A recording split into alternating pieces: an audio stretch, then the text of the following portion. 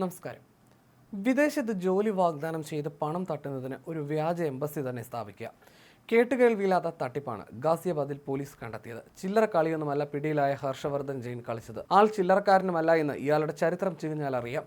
2 നില ആഡംബര കെട്ടിടം, പുറത്ത് പാർക്ക് ചെയ്തിരിക്കുന്ന നയതന്ത്ര നമ്പർ പ്ലേറ്റുകളുള്ള ഓഡിയും ബെൻസും അടക്കമുള്ള ആഡംബര കാറുകൾ, വ്യാജ ഓഫീസിലെ നയതന്ത്ര പാസ്പോർട്ടുകൾ, സംസ്ഥാന ദേശീയ നേതാക്കളുടെ മോർഫ് ചെയ്ത ചിത്രങ്ങൾ. ഇതൊക്കെ കണ്ടാൽ ആരാണ് ഇതൊരു എംബസി അല്ലെന്ന് പറയുക? ഉത്തർപ്രദേശ് സ്പെഷ്യൽ ടാസ്ക് ഫോഴ്സാണ് ഈ വ്യാജ എംബസി കണ്ടെത്തിയത്.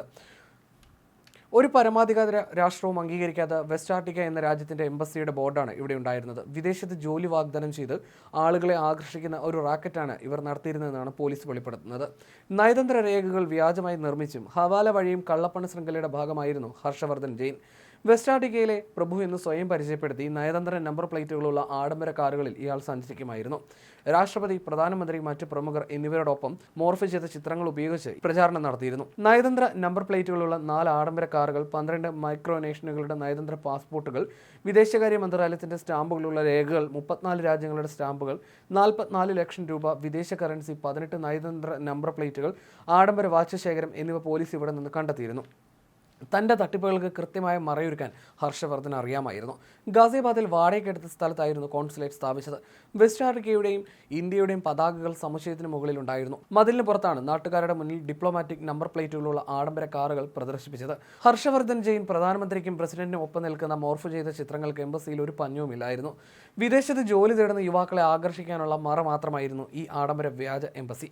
2017 മുതൽ ഹർഷവർദ്ധൻ ഈ വ്യാജനെ ഓടിക്കുകയാണ്. നാട്ടുകാരുടെ ശ്രദ്ധയും വിശ്വാസവും പിടിച്ചുപറ്റാൻ ചാരിറ്റി പരിപാടികൾ, സമൂഹ വിരുന്ന് എന്നിവ തരാതരം സംഘടിപ്പിച്ചിരുന്നു. സാറ്റലൈറ്റ് ഫോൺ കയ്യിൽ വെച്ചതിന് 2011 ഹർഷവർദ്ധൻ ജെയിനെതിരെ പോലീസ് കേസെടുത്തിരുന്നു. വിവാദ ആൾ ദൈവം ചന്ദ്രസ്വാമിയുടെയും വിവാദ ആയുധ കച്ചവടക്കാരൻ അഡ്നൻ ഖഷോഗിയുടെയും അടുപ്പക്കാരനായിരുന്നു. 80കളിലും 90കളിലും കേന്ദ്രഭരണത്തിൽ പോലും സ്വാധീനം ഉറപ്പിച്ച ചന്ദ്രസ്വാമി പ്രധാനമന്ത്രിമാരായ PV നരസിംഹറാവു, ചന്ദ്രശേഖർ, VP സിംഗ് എന്നിവരുടെ ആത്മീയ ഉപദേഷ്ടാവായിട്ടാണ് അറിയപ്പെട്ടിരുന്നത്. സാമ്പത്തിക ക്രമക്കേടുകളുടെ പേരിൽ 1996 അറസ്റ്റിലായി. ചന്ദ്രസ്വാമിയുടെ ആശ്രമത്തിലെ റെയ്ഡിൽ ഖഷോഗിയുമായിട്ടുള്ള രഹസ്യ കരാറുകൾ കണ്ടെത്തിയിരുന്നു.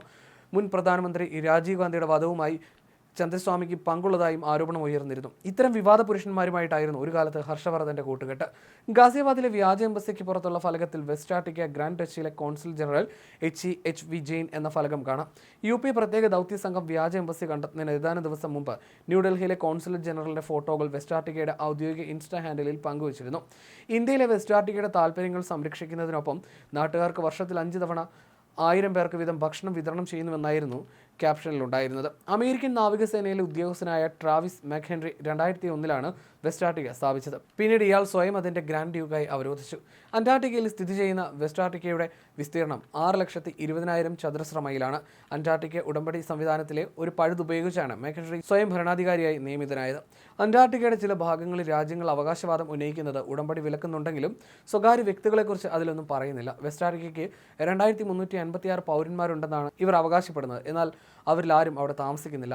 തെക്കൻ കാലിഫോർണിയ ആസ്ഥാനമാക്കി കാലാവസ്ഥാ വ്യതിയാനത്തെയും അന്റാർട്ടിക്കയും കുറിച്ച് അവബോധം പ്രചരിപ്പിക്കുന്ന, ലാഭേച്ഛയില്ലാതെ പ്രവർത്തിക്കുന്ന ഒരു സംഘടനയായി വെസ്റ്റ് ആഫ്രിക്കയിലെ ഗ്രാൻഡ് ഡച്ചി പ്രവർത്തിക്കുന്നു. ഇതിന് സ്വന്തമായ ഒരു പതാകയും കറൻസിയും ഉണ്ട്. കൂടാതെ ഒരു സർക്കാരും അംഗീകരിക്കാത്ത പദവികളും നൽകുന്നു.